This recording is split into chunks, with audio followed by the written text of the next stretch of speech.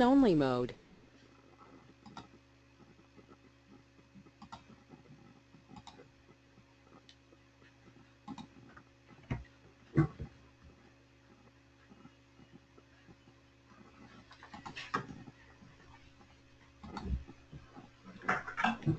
Hello everyone, good morning, good afternoon or good evening, and welcome to the webinar on presenting 20 years of sustainable procurement at ICLEI Local Governments for Sustainability. My name is Irina Uzun, I work for UNEP's SPP team in Paris, and before we start the webinar, I would like to guide you through the GoToWebinar software if you haven't used it before. As you know, all attendees are on listen-only mode, and if you have a question or a remark throughout this presentation, you can either hold your hand or you can type your question in the questions box on your GoToWebinar control panel. You can raise your hand by using the Raise the Hand button, and we will get to your question in due time. I would like to remind you that this webinar will be recorded and it will be made available on the 10YFP SPP Program's Library of Webinars on SCP Clearinghouse YouTube channel. And without further delay, I would like to give the floor to Mr. Farid Yakir, who is the Program Officer of the SPP program at UNEP. Thank you, Irina. It's a pleasure to host this webinar today for a number of reasons. First of all, ICLEI is one of the members of the coordination desk of the 10YFP on SPP program and an active member on this coordination desk. And second, because it's ICLEI's birthday, I would say, in terms of sustainable public procurement, because the organization is celebrating its 20th year of action, of work on sustainable public procurement. So, and this makes ICLEI, I would say, clearly the pioneer in the field of sustainable public procurement. In terms of UNEP, our efforts date back from a maximum of 15 years. And this is not surprising, since much of the work that has been done on sustainable public procurement started in cities, and cities are still today at the forefront of the thinking, the work, the innovation in terms of sustainable public procurement. So have you all seen the agenda? So I'm not going to repeat the names and the titles of the next presentations that will be delivered in this webinar.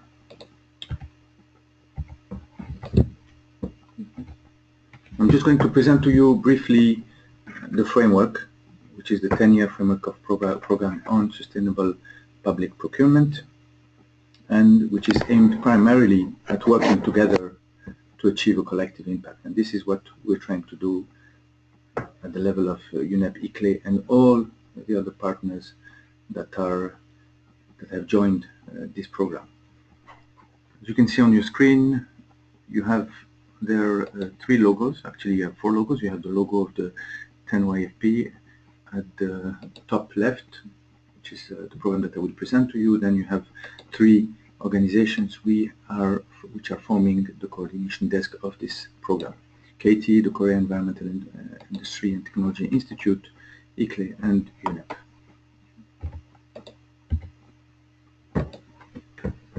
Okay, why was this program created, and when was it created? It dates back from actually Johannesburg, where the international community decided really to put a major effort to ensure that we switch to sustainable consumption and production mode. So SCP was considered a cornerstone of sustainable development, not just at the Rio Post-Country Conference, but already at Johannesburg in 2002.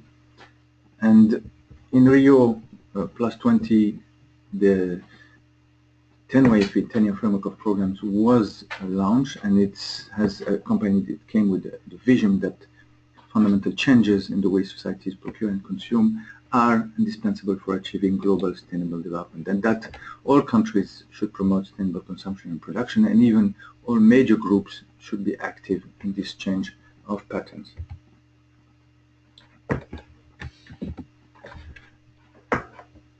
So, as I said, the 10YFP was adopted at Rio +20. It's a global framework of action to enhance international cooperation and to accelerate the shift towards SCP patterns in both developed and developing countries. And mainly what it does, it supports capacity building and provides technical and financial assistance to developing countries for this shift. But it also incorporates the work of developed countries, which are not directly receiving support, but are part of the discussions, of the thinking, of the exchange of information as we're doing today. The 6 initial programs of the 10YFP are listed on the screen, and you can see that Sustainable Public Procurement is one of the programs along the other ones. It also goes hand in hand with a very important action or framework of the international community, which is related to sustainable development goals. The 10YFP supports the SDGs, and in particular SDG 12, which is related to the sustainable consumption and production patterns. And within Goal 12, we have a target, actually it should be a target and not a goal here, which is to promote public procurement practices that are sustainable in accordance with national policies and priorities. And this target comes with an indicator related to the number of countries that are implementing SPP. So what are the objectives of the 10YFP, the SPP program of the 10YFP? As I said earlier, first one is really to work together to achieve collective impact. But we also we believe it's important to build the case for SPP, to show that SPP can be an effective tool to promote green economy and sustainable development, and also to support the implementation of SPP on the ground. And this will be also discussed more closely with the ICLEI, which is one of the main organizations that is implementing SPP on the ground. Here you can see the governance of the program and the number of organizations that form the Multi-Stakeholder Advisory Committee, which is kind of our board. You can see that there are 22 coming from all over the world and different types of organizations. In terms of membership, we have reached the number of 99 partners recently, so we're close to break the 100 figure, and this will come soon because we have applications in the pipeline, and they are all on the 5 continents. As you today, the participants of this webinar come from the 5 continents.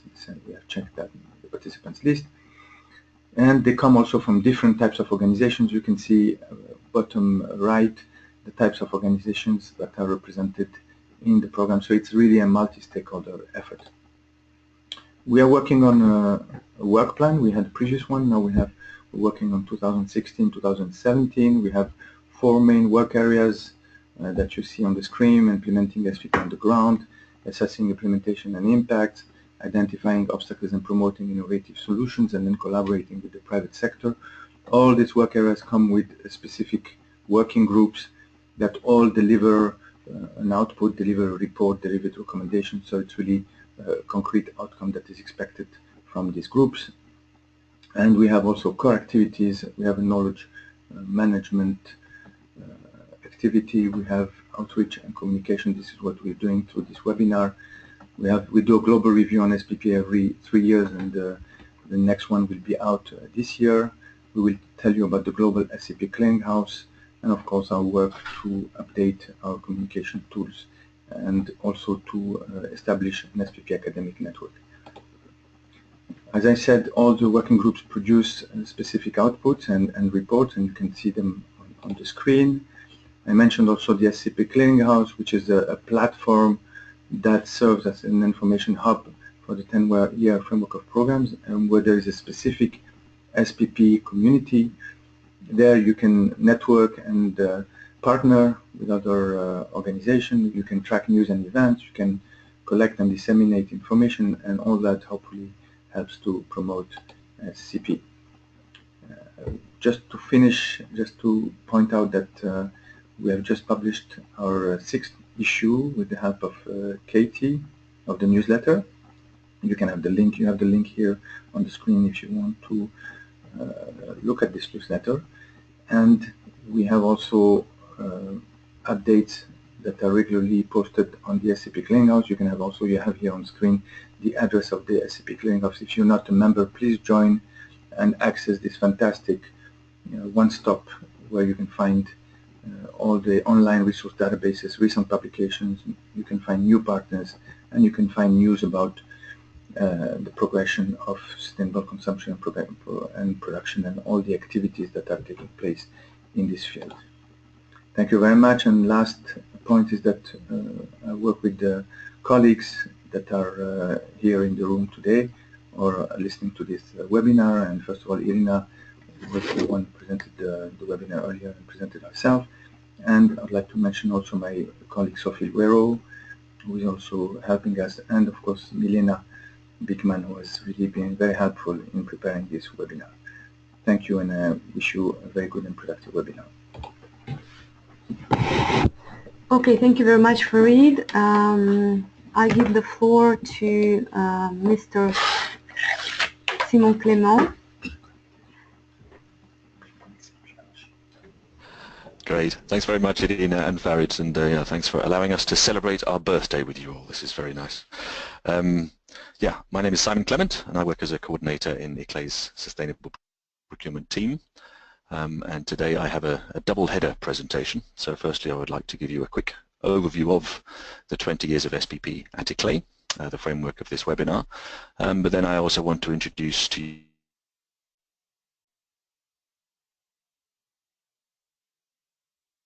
you one of our newer global slides.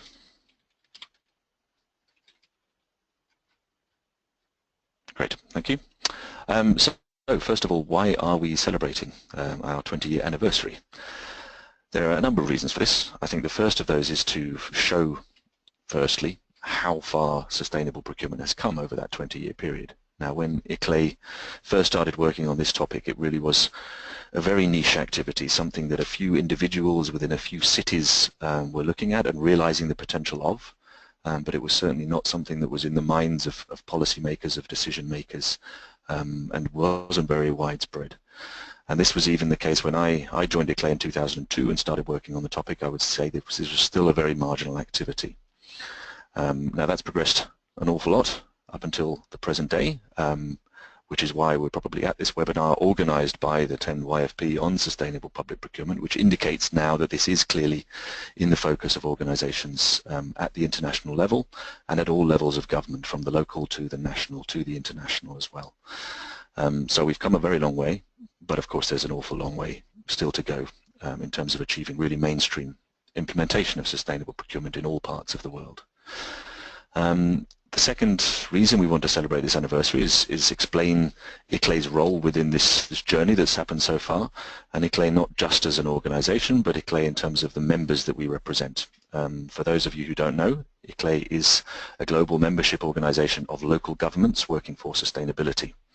And it's those local governments that have really been at the forefront of pushing sustainable procurement as a relevant topic. As an extension of this, the third reason we want to celebrate this anniversary is really to involve the community of people, governments, partnership organizations that we have been working with over that 20-year period, and I'm pleased to say that we have two of those with us also in this webinar, really to indicate the role that's been played by all types of different individuals and organizations. And of course, last but not least, as mentioned, the journey is far from complete, and we also want to be spending this year looking at where we want to go for the next 20-year period. Okay, next slide, please. I don't know if I can do this myself or if this is something that you have to manage, but if so, you can let me know how to do it. Okay, but anyway, so I don't expect everyone to be able to see the detail of this screen, but you can visit it on our website later. But this is a big banner that we have indicating some of the highlights over the 20-year period from when we were given the mandate by our members back in 1996 all the way through to today. So just to highlight some of those key points within that, perhaps in 1998 we had our first Eco-Procurer conference, which some of you may have visited over the series of events, and this was held in Hanover, firstly in 98. 2004, the launch of our Procure Plus Sustainable Procurement campaign, now the Procure Plus Network, and then we moved to 2006, where we became one of the founding participants of the Marrakesh Task Force on Sustainable Public Procurement, which is the precursor of the 10 YFP on SPP, which we also joined then in 2014 as co-lead together with UNEP and Katie.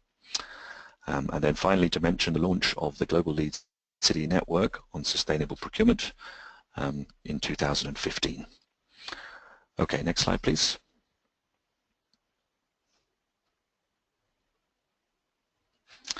Okay, so this is just a simple list of some of the activities which we as an organisation have overtaken over that 20-year period, which includes approximately 150 different projects looking at the topic of sustainable procurement, 100 conferences and seminars and workshops, training a huge number of people, working, as you can see, with 300 cities across 50 countries, saving, well, this is a very low estimate, I would say. In fact, these 1 million tons of CO2 saved were calculated from just one project that we worked on, but just to give an indication of the power, potentially, of sustainable procurement.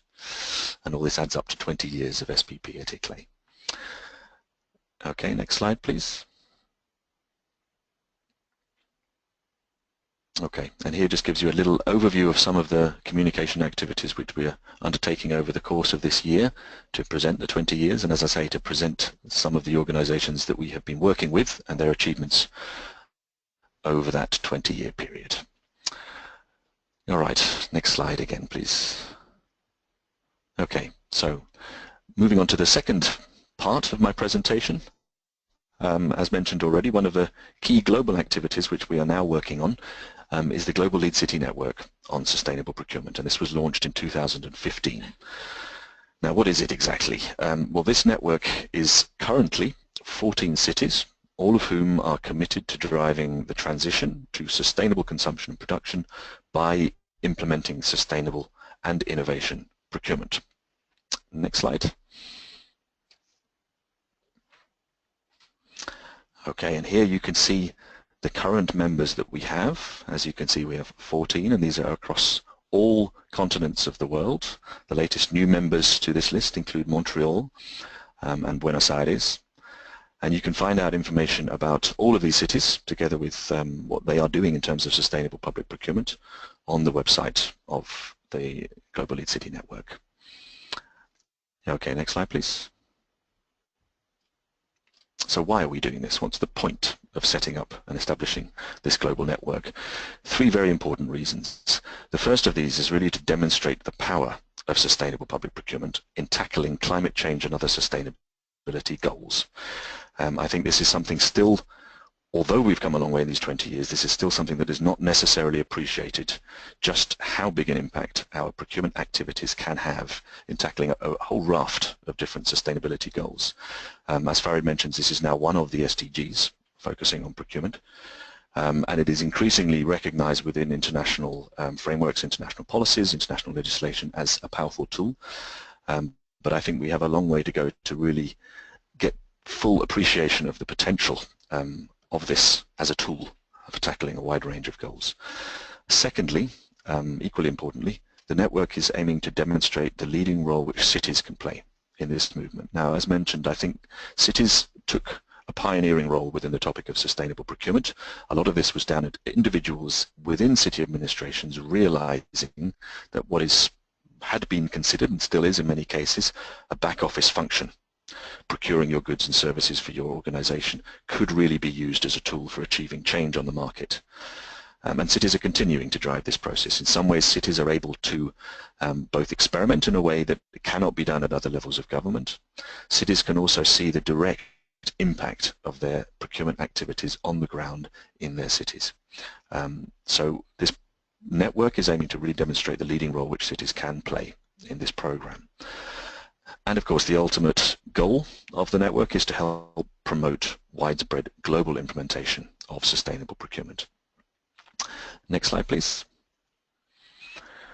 Okay, and what we wanted to do in order to reach these goals is to set some very strong commitments to show that we really were at the lead of sustainable public procurement.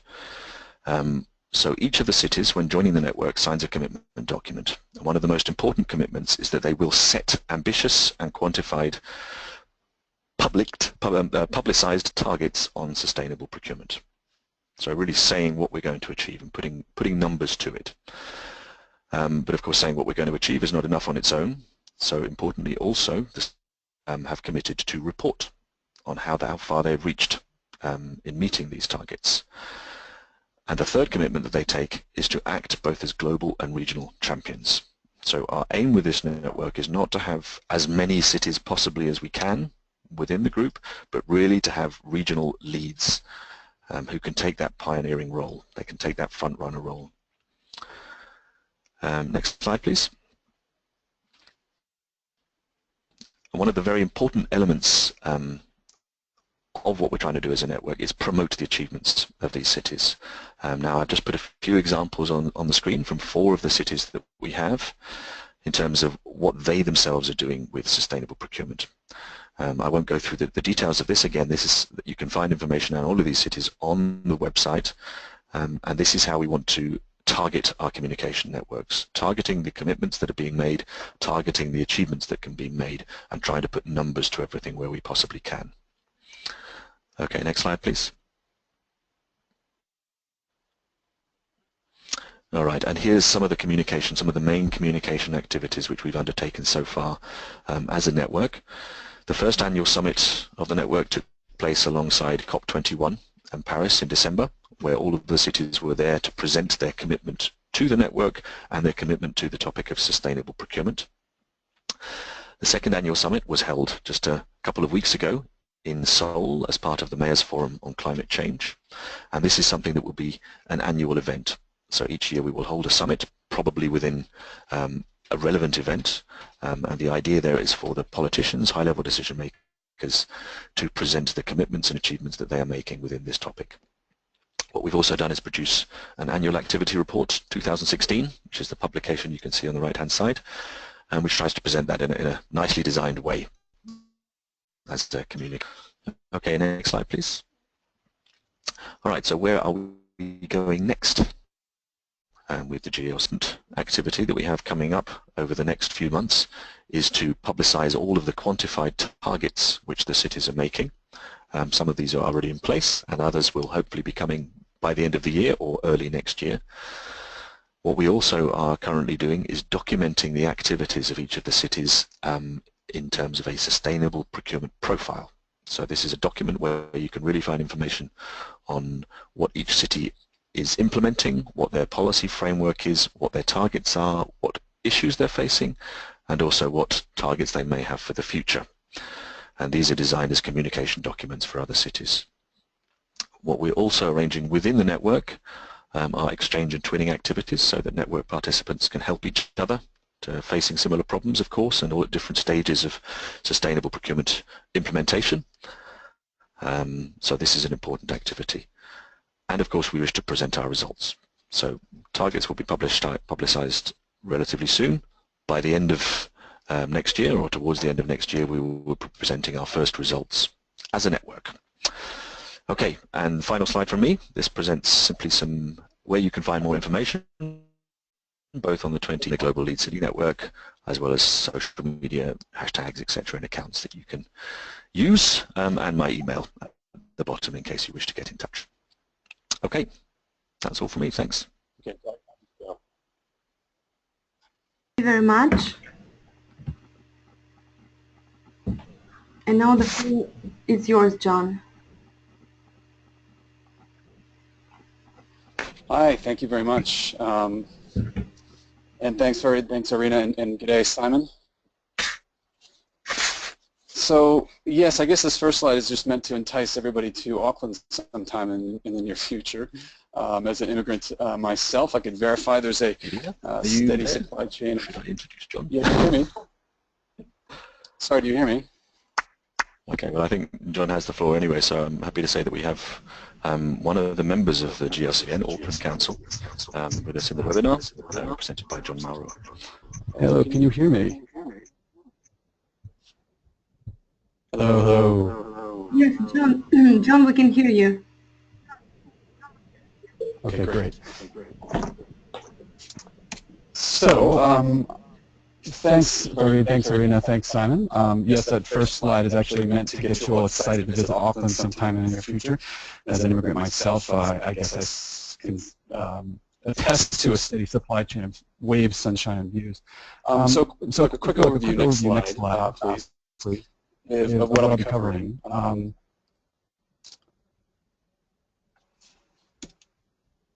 Can we get the next slide? Great. So I'll just talk briefly about Auckland to give some context, although I suspect some of those listening might actually have been here before. I'll go over our corporate sustainability framework, talk a little bit about the Global Lead City Network and our involvement, as Simon was describing, talk about a few examples, because I believe that's what we're focusing on in my presentation, and then a few work streams in progress, and wrap up. Next slide, please. So Auckland is a city of about 1.5 million people. Somewhat unusually, it comprises an entire nation's population. Pretty good-sized landmass, and you could see from that sort of other sort of map down to the bottom right that Auckland is an amalgamated city of formerly quite a few cities, 7 cities and 1 regional authority. The group of Auckland Council is comprised of what we call council-controlled organizations. Those cover things like transport, water, urban regeneration, tourism, economic development, etc. Our CapEx spend in New Zealand dollars is about 1.8 billion a year. Operating spend about double that. We have $32 billion of assets and about 10,000 employees. I usually say that we have a pretty small team in the Chief Sustainability Office with 10 staff, but technically, it's only 10. I do say that we have a team of 10,000, though, because, and I think procurement does expand to most of our organization. Not on the slide, but we have one guiding 30-year vision and a plan for Auckland. It's called the Auckland Plan. And we just notified our first set of amalgamated development regulations, the Auckland Unitary Plan. We also have a low-carbon action plan, and procurement makes an appearance in each of these.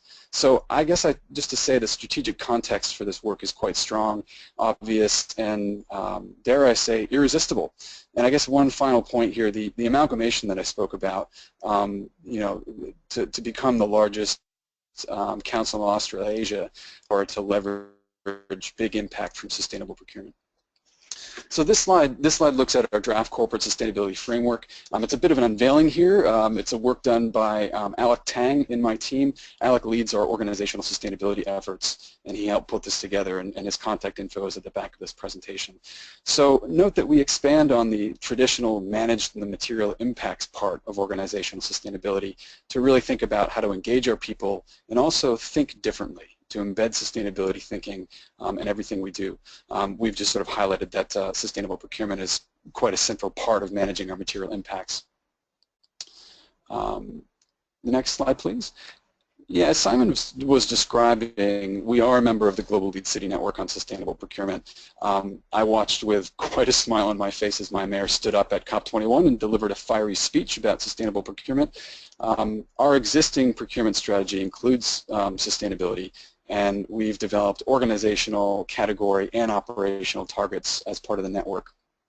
One main point for this is that we're at the beginning of this journey, and while we're excited to move quickly, it does mean making a few mistakes along the way and actually sharing those with others, perhaps you on this webinar, so that you can avoid them. Next slide, please. So sustainable procurement in Auckland, there's some traditional categories, you know, the energy, waste, transport. It's sort of a bit business as usual, and frankly, it's not really worthy of a webinar. So I'll just touch on these very, very briefly. The energy and building stuff, I mean, we spend about 10 million New Zealand dollars on electricity per year, and while we do have a pretty good renewable mix in New Zealand, it's still a CO2 impact. We've done sort of the classic LED work, installing some solar PV, etc. And then our transport is another big piece of the pie for CO2 emissions in Auckland. In fact, it's about 39%. it's our main capital and operational spend. So some of the work we've done there is everything from procuring an entirely electric train fleet, finally, and I'll talk a little bit about the city rail link in a future slide. And then, of course, the waste is something we've done quite a bit in recently, where we had the largest recycling procurement in New Zealand history. Reducing our CO2 footprint was quite a big part of that. Next slide, please. So the first example I just wanted to chat briefly about was our building headquarters. We've got some really great stories on this project. The picture doesn't perhaps do it justice, but it's a 30-story office tower in central Auckland that we procured about 2 or 3 years ago. And some of the great stories include diverting a considerable amount of waste. We had a 90% target, and we've done things like working with community groups, actually remanufacturing the light fixtures into LEDs instead of just buying new ones. The energy performance story is great. We've dropped our energy use by 40% from the previous occupancy. And hey, what's a sustainable building without you know, through all of our organic material and you know, some exciting examples like that. So look, the criteria that we included in this retrofit included sustainability goals like a Green Star 5 or 6 rating, that waste diversion that I mentioned, a neighbor's certified energy performance, using FSC timber, and some considerable community participation. And as well, we've really worked with ISO 14001 with the environmental management system to deliver outcomes for this project and pass that on to the contractor. So we're actually implementing that system in the operations now of that occupied building. Next slide, please. The other example I'd like to chat briefly about is called the City Rail Link. CRL, as we like to call it, it might seem a little bit underwhelming on a map. It's the upper right picture, and it goes from Britomart through Aotea, Karangahape, and Mount Eden.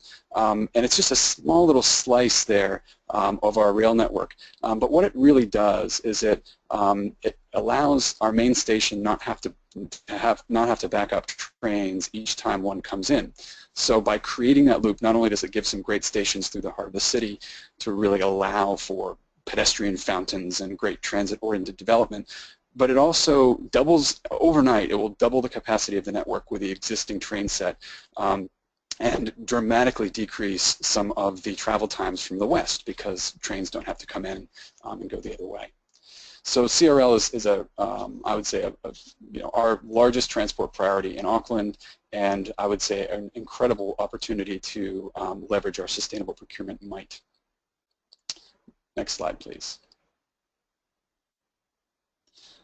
So what we did with CRL is we've done a number of things. One is that we have been working with ISCA, the Infrastructure Sustainability Council of Australia, to target an excellent rating for this and each part of the works of the construction of CRL. We have a requirement for monitoring and reporting on energy use, water use, and waste generation. We've really tried to incorporate the social side of things and included outcomes, social outcomes, and the contract objectives for future phases of the project. And then our native Maori people, the Mana Whenua, those of this land, we've built in the cultural narratives into the station architecture and have ongoing collaborative workshops with contractors to improve the sustainability performance of project design. So just a few things. I know that that's just in the slide, but a lot of what this is about is creating quality employment opportunities for Aucklanders who face considerable barriers and disadvantages in the labor market. And by quality employment, we really mean jobs that are meaningful, that offer genuine pathways for employment and are sustainable and actually pay people a reasonable wage. And then another thing is that we really want to incentivize the market to invest in workforce development, particularly for population groups underrepresented in higher levels of industries. So we have, you know, targeted recruitment and staircasing of people.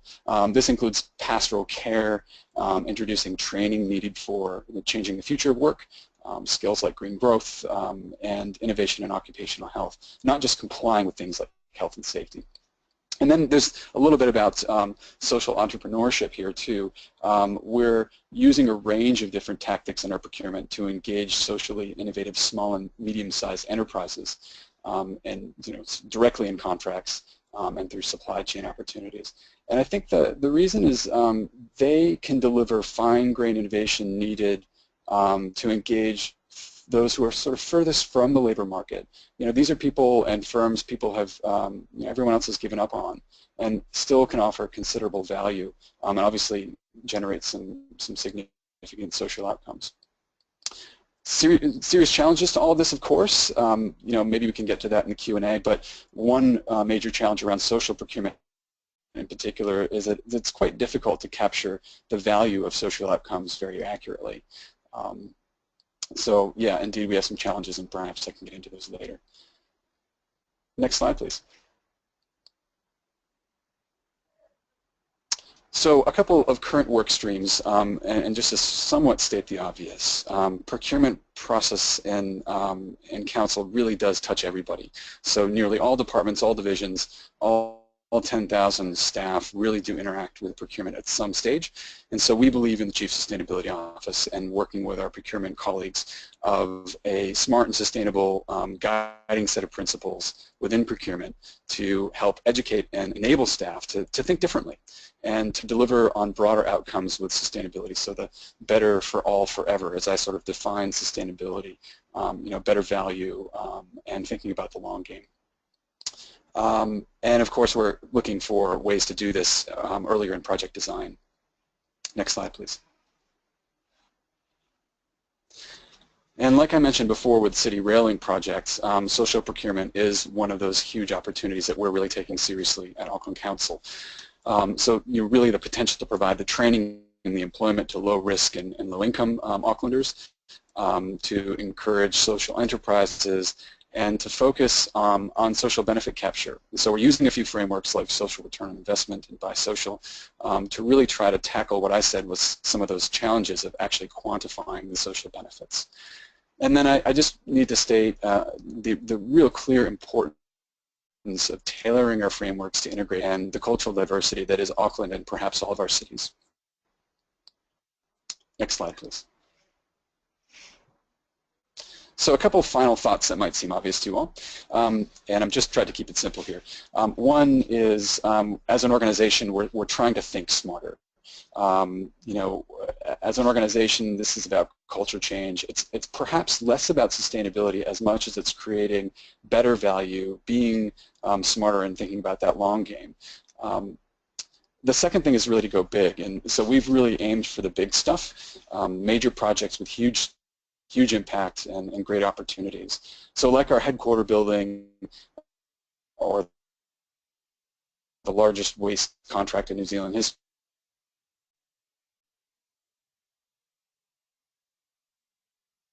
or I guess I would. The third thing is just be social. I've talked a lot about social procurement here as part of sustainable procurement. Broadening the outcomes with a strong focus on that social dimension is really important. They say here in New Zealand, he tangata, he tangata, he tangata, and that's a Maori saying that says, it's the people, it's the people, it's the people. And I think that's really part of our critical focus at this point in our procurement strategy. Fourth piece is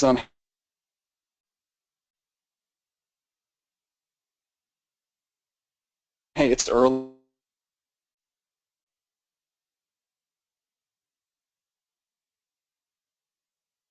And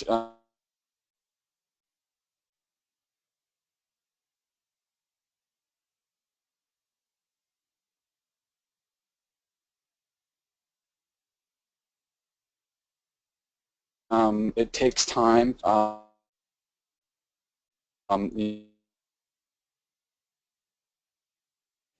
Wins do keep in touch who are ever in Auckland.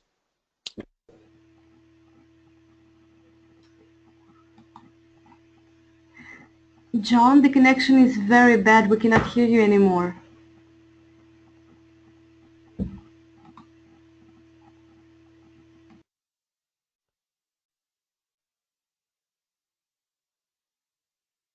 Somebody else is muted.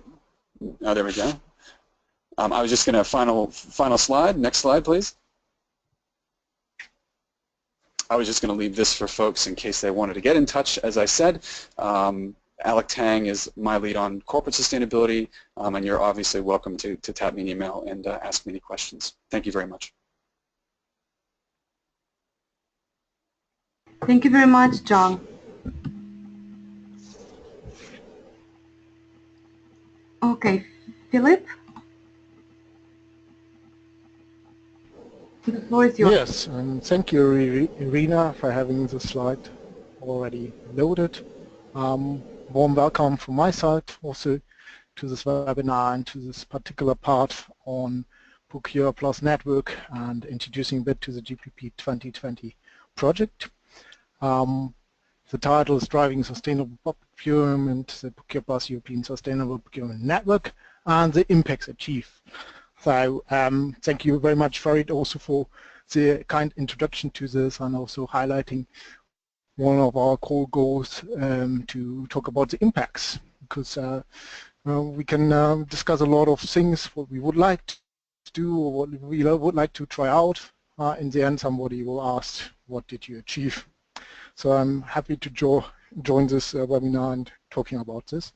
I'm also more than happy just to add that UNEP is working with us since, I think, the beginning. UNEP worked on SPP, and also that UNEP joined the Procure Plus network in 2002. So that's also a great point of comparison since then. Next slide, please.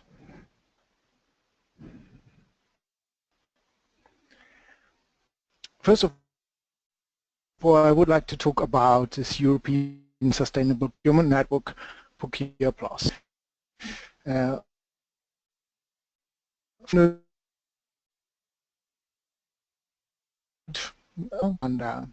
on the motto to connect, change and act. So that fits very nicely with what John just said a second ago. It's a people, it's a people, it's a people. It's an interaction between departments, division, it's an interaction between different public authorities that share a common vision. They want to implement sustainable and innovation procurement. Next slide, please.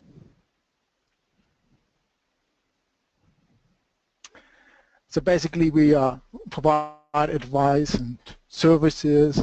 We join forces to champion sustainable innovation procurement at the European level. We have participants in 17 countries, and we work with strategic partners together that support us in particular regions of Europe. We have here the luxury of cultural diversity in Europe, I would say, and also this comes along with the luxury of having cultural language diversity there. So it's very helpful to have also support partners in Italy or in Catalonia, Spain. We're also having a Procure Plus information service where we connect SPP experts and practitioners on this whole Procure Plus network, formerly known as the Procure Plus campaign, has been established in 2004. Next slide, please. Our network is basically running some core activities. We have a chair and a vice chair that is elected every 3 years. So currently Mr. Pekka Sauri, Deputy Mayor of the City of Helsinki, is the chair of the network. The vice chair is Martine de Regge from the city of Ghent, Belgium. We run a Procure Plus seminar series, and you see in the picture there that in the lovely city of Rome, 13th to 14th of October 2016. If you are close to Rome that day, so you're happy to just check out on our website and see what those seminars can bring you. It's basically on exchange of practitioners. We aim for having 100 people there, and it's always talks that you can share your good practice, and maybe also in the side talks your bad practice, just to avoid mistakes or anything else. We also run a webinar series. We have a procurement forum, dialogue group, provide assistance via telephone throughout the year for our participants. And this comes now mostly also to the fact of implementing something. We are working on a project level also with our participants and partners. So Here you just see two projects at GPP 2020. You will hear more about this in a second. And SPP regions is about regional networks and sustainable public procurement. Next slide, please. One of the things that is a bit new to our network, actually started this year, is that we thought about ways to have more continuous exchange. So we set up this interest groups, we call them, where several participants have a common interest and addressing and building capacity in SPT. So we launched 2 groups now. One is on circular procurement. This is very much linked to the circular economy discussion that is currently very on the top level agenda in Europe, taking into account concepts, cycle, reuse, recycle, and more advanced concepts also.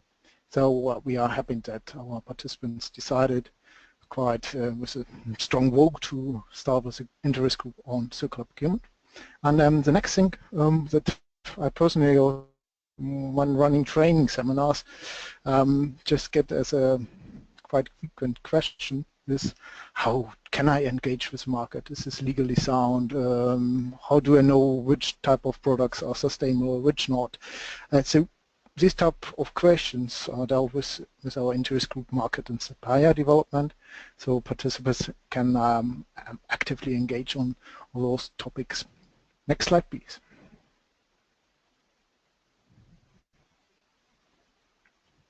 We are also having a twinning program, newly established.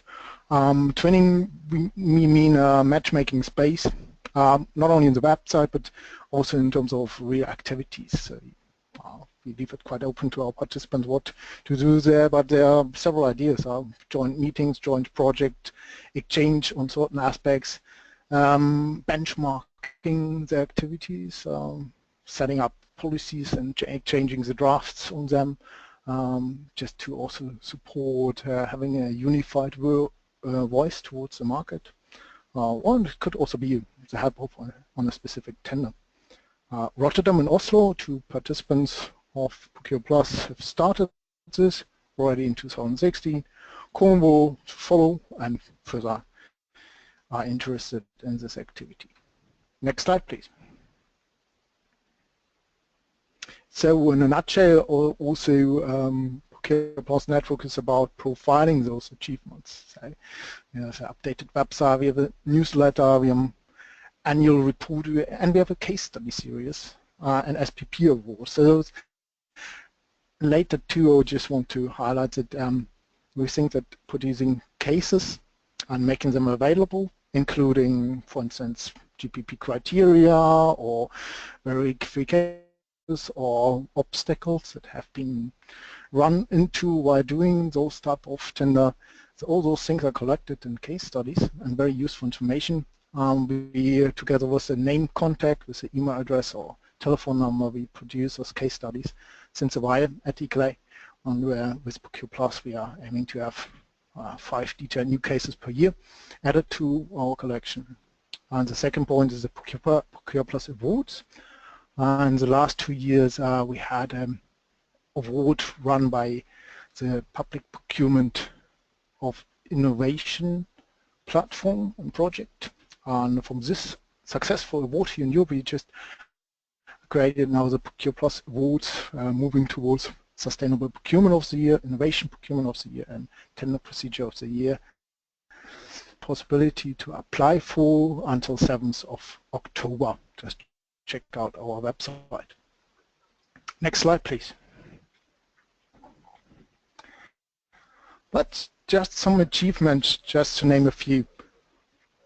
Rotterdam has achieved 100% sustainable purchases in 2015, and you were included in all their SPP tenders certain criteria on sustainable public procurement. Rome has also in key categories purchasing, like such as furniture, paper, cleaning services. They use green public procurement criteria as a standard. Simon mentioned this earlier. It's still a way to go to mainstream green public procurement or sustainable public procurement. We want to try that to show those that are taking the steps also. Next slide, please. So just check out this website, procureplus.org, to find out more what we are doing. So I will come to the second part of my presentation just to talk about one of those projects that I mentioned earlier as activities of the network together with our partners. It's about impact and mainstreaming. So it's about low carbon procurement in practice. Next slide, please.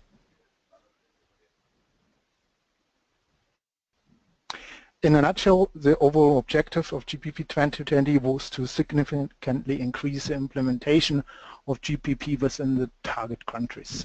So we had 8 countries here in Europe, from Portugal to the Netherlands, and we had to focus on both short-term and long-term objectives and savings. So it could be that like John Morrow also said, a big project, a lighthouse project, but it could have been also that you basically implement this as a natural habit into your organization. Well, we had 3 years to do this, from May 2013 to April 2016. Worked with 17 partners on this. The good thing about all this, we had purchasing bodies that do not only buy 1 pencil a year, but for instance just have on average a contract of 20 million for the electricity or something like this. So that have an impact on the market. But not only those, we also have smaller contracts there just to pilot certain things.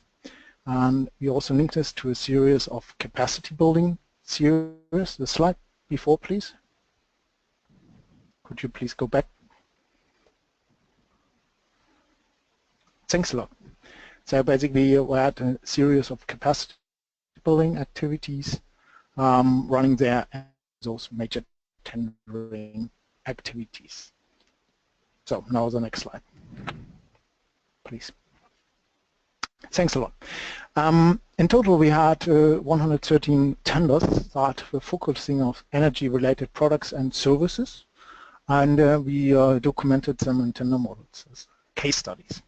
And the new thing from maybe previous projects, where we also worked on supporting case studies and things like this, were that we developed also methodology and tools to calculate and estimate savings in terms of CO2 savings and energy savings.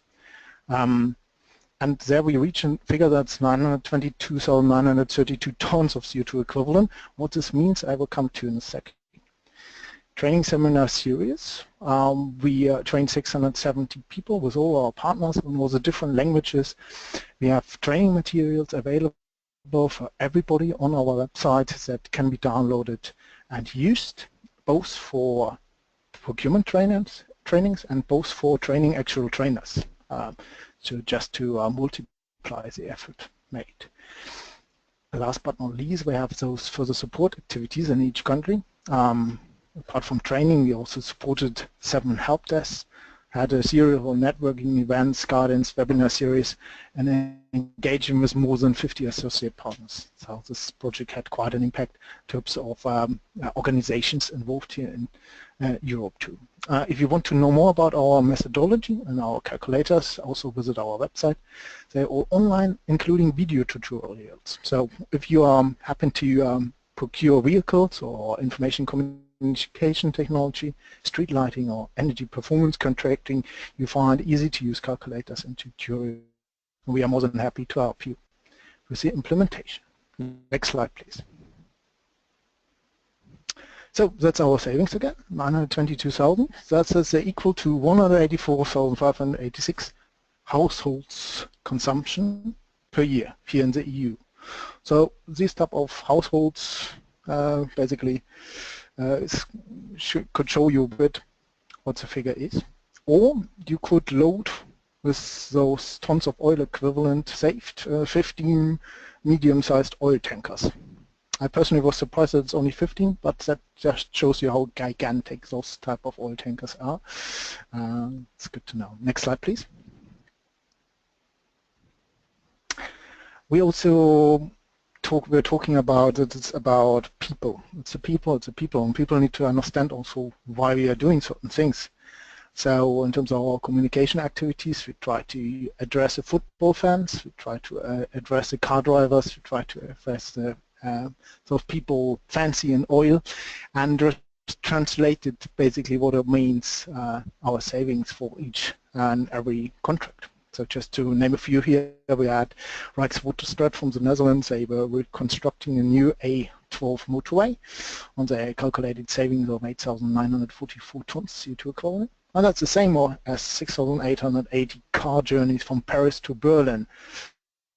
We didn't calculate how much time it would be needed to do those journeys, but I think it's good to know and gives you a bit of an indicator and a feeling what those savings are worthwhile. Next slide, please. At the end of the project, sometimes you say, okay, the project is over, funding done, reporting, everything fine. Yet also a particular focus, taking a look into the future or us, and we're asking our buyers, which logos you see there on the slide, what they will do in the next 3 years. And we also calculated the estimated saving of those contracts. And it's again 650,000 tons of CO2 savings projected over the upcoming 3 years, with close to 7 billion euros spent. That's a huge amount of spend. It's based on the infrastructure project of the Netherlands. Next slide, please. So, also not only the tenders were in our focus for the future, but also the support actions.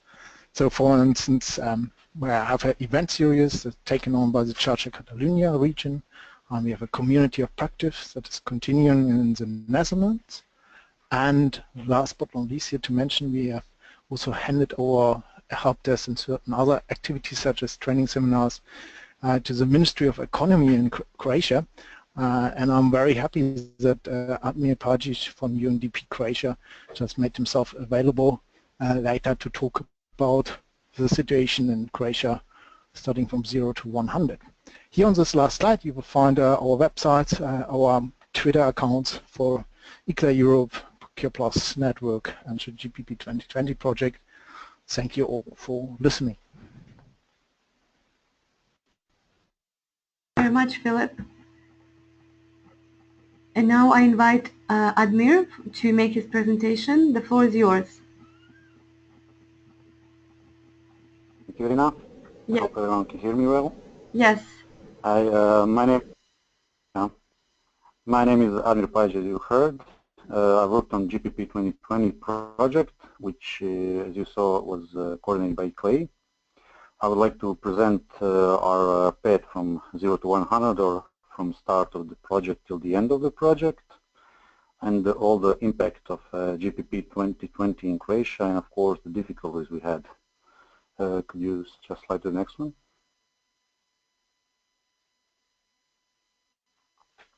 So at the start of the project, as you have seen, the GPP 2020 started in May 2013, but our research very early in 2013, so we could know where we are in the terms of green public procurement. So what we found was really not encouraging as we gone through the electronic public procurement database. We only found retrofitting procurement examples, and in those examples there were no technical specifications in the award criteria, just the lowest price. We really couldn't find good examples of green tenders done. We found that it was a general opinion of the procurers that GPP is always much more expensive. So for the budget reasons, they avoided really GPP criteria. So we need something to change the opinion. So at the very start, there was no promotion of GPP in Croatia. We had no GPP action plan. I mean, about the national action plan, some of the cities have made their action plans, but they were not implementing them at all. There was no institutions providing GPP trainings to procurers, so we didn't find any procurers trained in GPP. And last, there were no Croatian examples of cases. Our procurers and, let's say, our people in our cultures always think that at the start of the project we were still like a member to be in the European Union and not reach these goals. Next slide, please.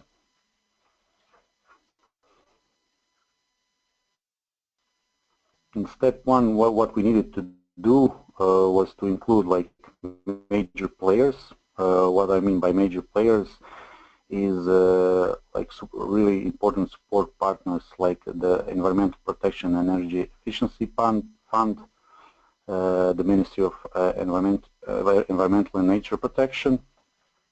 They were like our biggest support in the project and pushed us so we would have like some important partners so everybody could see it.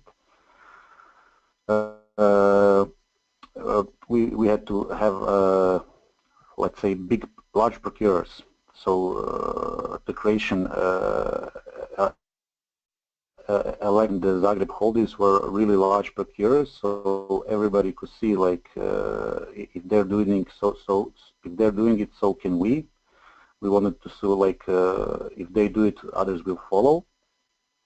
And of course, we had a lot of other projects, public bodies, smaller municipalities, and not to diminish their role, they're really important in this project too. Next slide, please.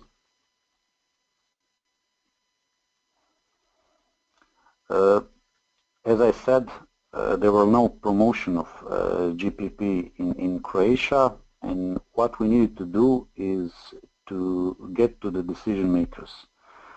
So we needed for GPP 2020 the goals to be heard by the decision makers in the aforementioned partners in order to the decision makers be familiar with the GPP, and so the procurers in those companies, in public bodies, could implement GPP criteria. Next, please. As no training was done, as I said before, procurers trained in GPP, we found just 2 procurers trained in GPP, and it was not in Croatia. So before we could implement all the green public procurement tenders, we really wanted the procurers to be fully trained, so they could like be involved in the process and not just publish the criteria we made for them. Before they could like understand what are they doing. So we had 6 trained procurers trainings, we had 2 trained the trainers workshops, and really had like positive comments. As you can see, 95% of those comments were positive, that we gained our goals with the trainings. Next slide, please. Other methods we use. In first, we didn't want to do a help desk, but as the project moved on, we realized that we really needed a support, a help desk. In our efforts to like give a better support to procurers, we decided to build a GPP help desk, and we realized that it was the first Croatian GPP help desk. It contained a database of case studies, all the information about events and trainings,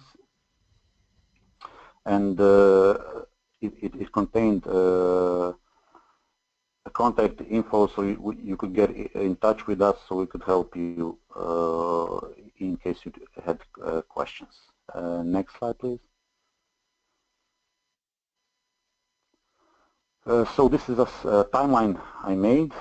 It shows how the activities directly affected the goals of our GPP 2020 project in Croatia.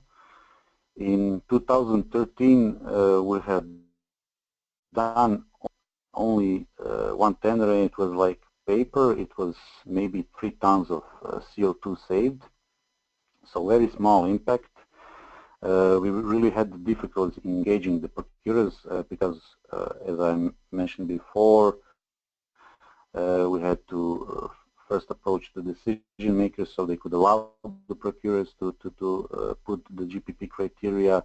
We had to convince them that it will not be 3 times as expensive. So in order to convince them, we had to do market engagement. Even as we done market engagement and for the IT criteria, we wanted to implement like Energy Star 6.0, which was so normal in the European Union. People were afraid, and 10 days before the deadline for the offer, for the submittance of offers, they changed from 6.0 to 5.2. So we had really engaging those procurers. And as we moved on, you can see that in 2014, the first trainings were done. On those trainings, there were a lot of talk between the procurers. We could show them that it's not a big deal. Let's say we had ongoing promotions, and we done like 5 tenders in the 2014.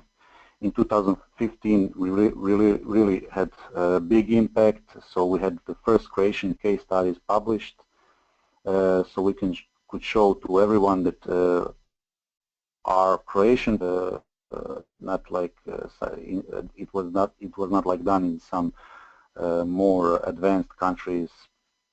It was done in Croatia.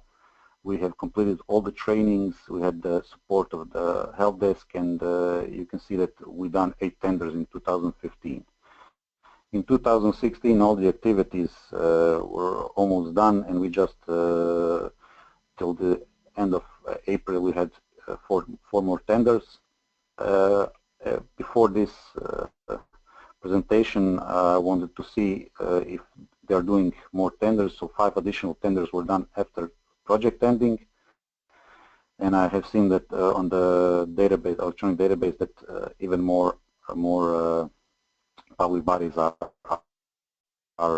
in GPP criteria. We had in the GPP 2020 project, we have done 18 tenders implemented by 10 different partners, and more than 150,000 tons of CO2 saved. So that was a big number for us, starting from 3 tons in 2013 until the end of the project. We had more than 150 tons of CO2. Next slide, please. So what was the biggest impact of GPP 2020, in my opinion, is really the continuation of the project. So we developed the first Croatian help desk, and we successfully transferred the help desk to Ministry of Environmental and Nature Protection. Now they are maintaining the help desk. The second biggest impact was transferring the training for procurers program to State School for Public Administration. I have seen that you can. This is the picture that was done outside the GPP 2020 training. So we have the continuation of training for the public administrators, for the procurers. Next slide, please. And when we finished, we had like 15 case studies with Croatian examples. We had GPP calculators, as Philip mentioned. It was not no longer a it can be done attitude. So our procurers were really, let's say, into it. The GPP National Action Plan was developed by the Ministry of Environmental Protection. They published the National Action Plans. So now we have another incentive to push even further. GPP was let's say, a hot topic. Our help desk had over 20,000 visits, so it wasn't only a help desk that was not being used. We really had the benefit of good support in the help desk. Could you just next slide, please?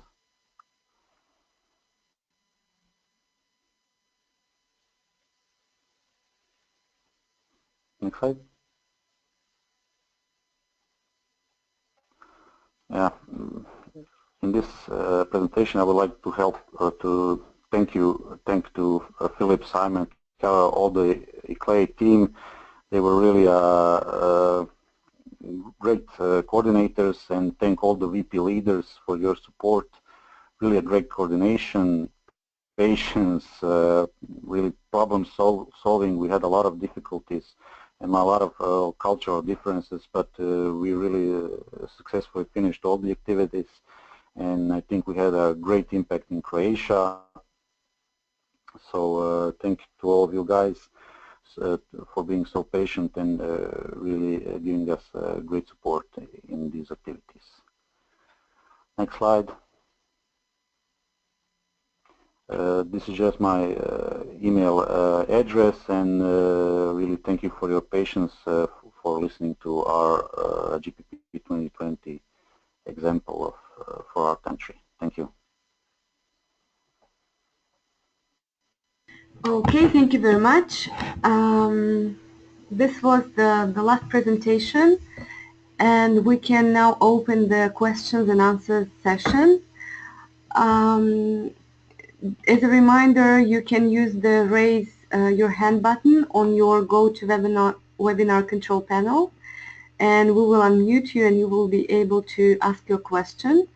In the meantime, I'm going to read some of the questions that we received by now.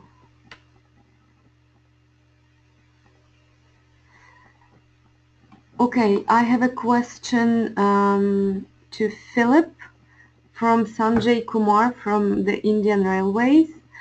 When can we expect training materials for procurers and trainers in English?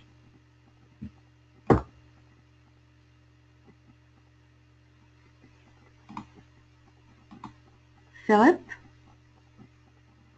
Yes, yeah. Of course, I got it. So training materials in English are available, for instance, on the PRIME's website. That's another EU project where ICLEI was involved, so primesproject.eu. And if you would like to look for further training materials, also not only from GPP 2020 but other projects, I would recommend you to go to our SP platform. This website is a resource center for all kind of resources, not only training materials but also case studies, and you find everything under sustainable-procurement.org.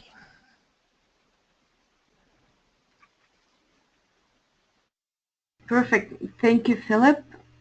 I have rather a comment from Basilio Dagnino. Congratulations to Auckland for the importance assigned to social aspects of sustainability, frequently forgotten with concentration only in the environmental ones. Suggest to emphasize this component more often. John, if you have any comments, you are muted.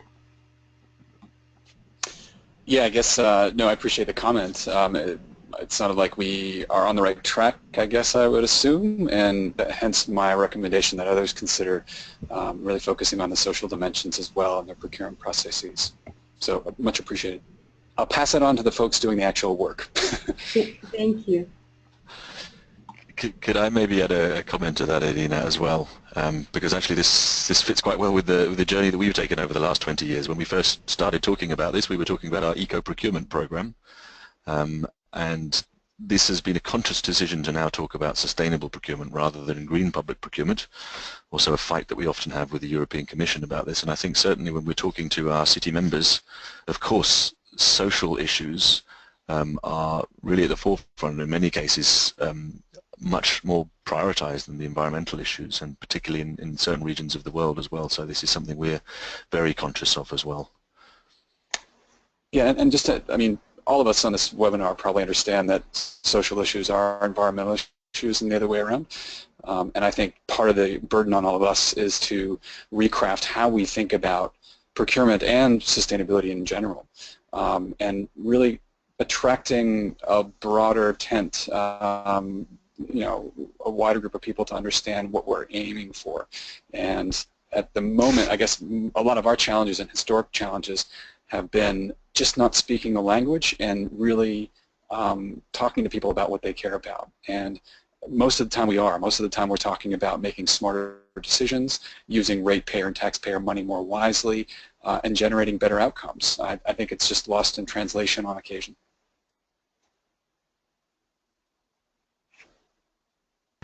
Thank you for your answers. I have another question from Ildiko Shegledi. I'm sorry if I pronounced incorrectly.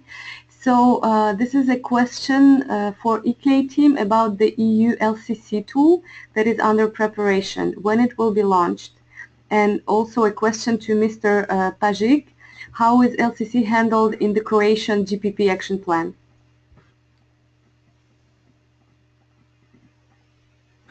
Maybe I can answer that. It's not actually something that we're directly involved with. So this is the tool itself is being developed by an Italian consultancy, as far as I understand it, and we don't yet have a clear date for when the tool will be presented publicly. So of course we're all waiting with bated breath on this. We do already, there are a certain number of LCC tools that are available to use. We produced one within the Clean Fleets project, which looks particularly at vehicle procurement. Within the Smart SPP project, there was a one looking at all different types of products and services purchased consuming energy. So you can find both of those on the relevant project websites, or of course send either Philip or me an email and we can point them to you. But yes, we're all waiting for the Commission's tool themselves as well.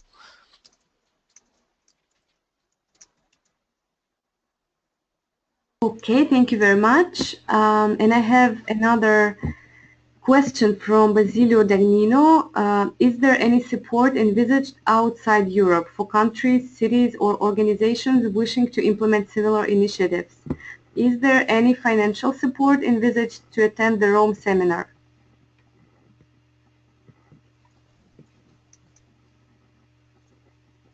That could be one for me. If I understand correctly, the Rome seminar, you're referring to the Procure Plus seminar. We do not offer some travel reimbursement scheme for participants there, unfortunately, unless you would be a Procure Plus participant or strategic partner. So for the future, I would recommend you taking a look into how to join this network. It's a European network, so this might be there. But also in terms of speaker engagement, just watch out our website for upcoming events. Sometimes there's a possibility for reimbursements. Okay, thank you, Philip. I have a question here from Basilio for UNEP or ICLEI on ISO 18091, ISO 9001 for local government, which is under revision, and he's asking whether anybody from UNEP or ICLEI is taking part in the relevant working group. Farid, I'm going to unmute you so that you can present if you want to comment.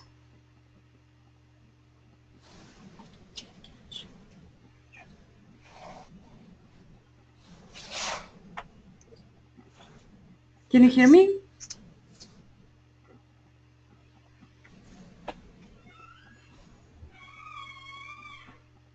Farid?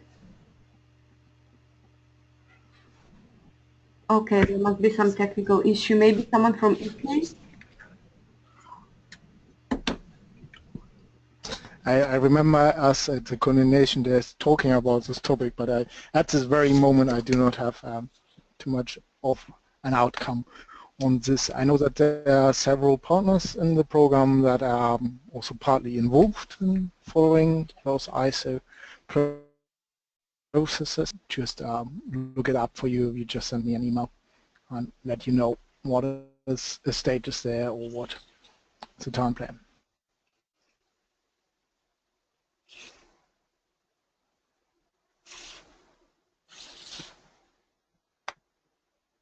Okay, thank you very much, Philip. I don't see any more questions. Do we have anyone from the attendees who would like to ask the question directly? Please raise your hands.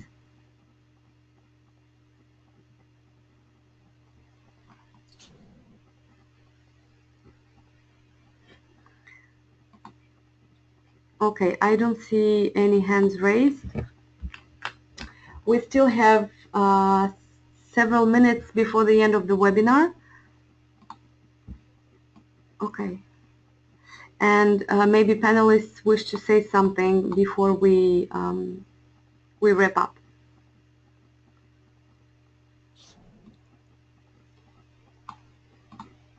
Yeah, I guess I'll just jump in here, and as a city representative here, I think it's fantastic that UNEP, that ICLEI, and others have provided such great resources to cities like ours, so we can take this a lot more seriously. I think, as I mentioned during my presentation, it'd be foolish for me to say that we're at the front end, leading edge of sustainable procurement. We obviously are taking it quite seriously and trying to make great progress. But look, we're still learning and still making mistakes.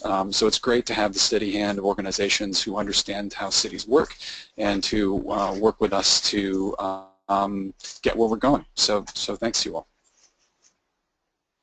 Thank you very much. Yeah, maybe from the other side, I'd like to just emphasize, I don't know who was in the attendees exactly, but the importance of communicating what you're doing, of sharing your experiences as public authorities, as public procurers, sharing your challenges, sharing your achievements, of course, as well with others. There's nothing more effective in showing that procurement can work as an effective tool, that it is possible to implement, than another public authority having done that successfully. And this is a really important story that we need to keep on sharing. So the more we can do that, the more we can communicate experiences, the more case studies we can show, the better. So please do keep communicating with us as we have been doing over the last 20 years. Thank you very much. Maybe do add, sorry, Irina, maybe just to add from my side a quote, a famous experience in implementing SPP is, what you hear, you forget. What you do, you will remember. So this is also part of our networking and exchange, that we meet in person, work together on certain things. So warm welcome again to registering for the Rome seminar. That's still possible, and hope to see you in Rome or at any other events that we are doing. Thank you, Philip. I just have a hand raised by John Hunteles. John, you are unmuted. You may ask your question. Yes, good afternoon, or whatever it is in your part of the world. I'm John Huntley. I work for the Forest Stewardship Council. First of all, somebody asked about this ISO process on the procurement guidance. I sent an hour ago to Farid my comments on it, because an email from Farid made clear that there is still a final round on this text, and that by the end of this month everybody who's involved needs to give comments on the final draft. But my own question was to the ICLEI people, and particularly Pro Natura. Philip, your project is very much focused on low carbon. I wonder whether ICLEI has plans in the near future also to reorient their sustainable procurement activities to address the new sustainable development goals, which also for cities most likely are going to be a reference point for the coming 10-15 years. And sustainable development goals, of course, continue to focus a lot on climate, but they do have also very important chapters on biodiversity, on water, on food production, and so on. That was my question. Okay, you're welcome, John. This question, of course, is very important.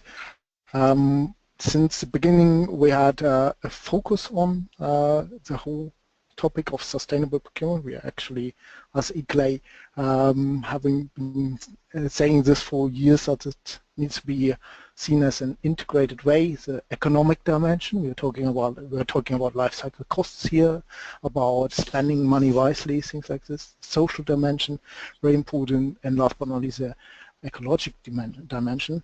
This GPP 2020 low carbon procurement was just an example to provide here. There are many more projects, such as outlined by Simon. If you would like to look more into the social field, I would recommend you to take a look into the Landmark project or the Sustainable Timber Action project, or Buying Social is basically there on the topic.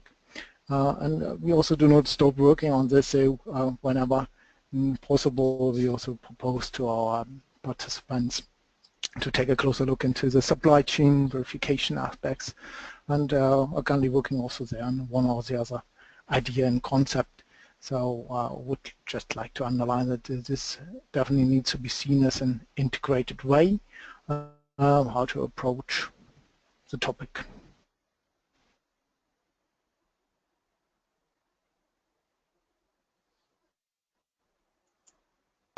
Perfect. And I also had a hand raised by Alejandro Salazar. I don't know if you want to ask a question.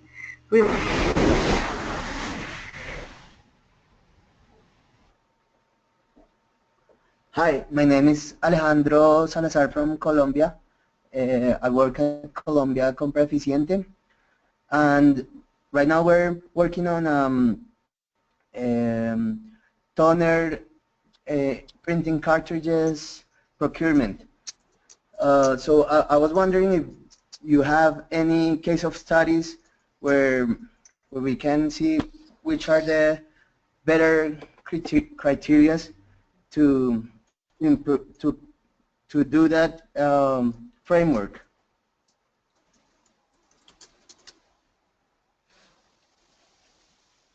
Maybe I can answer that. I like a very practical question about an actual tender that's going on. There's two useful sources of information I can point you towards. Also, if you send me an email, I could have a look and see if there's anything else. The first of those is the European Commission's GPP website, and on that you'll find criteria that can be used in a whole range, in tender documents for a whole different range of products and services. And it also includes a number of case studies in those different areas as well. So you might, I'm not sure if there's one on toner cartridges specifically, but there might well be. And then the second source is the Sustainable Procurement Platform, which is something that I think we mentioned already earlier, which is a platform that ICLEI runs, and we have a resources in that. So you might well find some resources on that specific topic within those. So, I mean, you can send me an email and I can look into that a bit further, or you can look at those two websites and see what you can find. But there will certainly be experiences with this topic, as it's something fairly common to public authorities.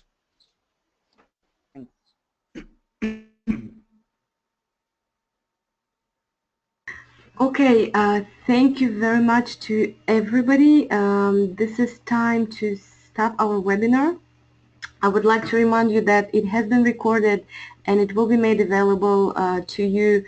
We will send a follow-up email with the presentations from today's webinar and the link to the recording. And I would like to thank the panelists for sharing their experience and for presenting their case studies. Thank you very much. Thanks a lot. Thanks, Irina. You're welcome. Thanks to all you. Bye. Thank you. Bye.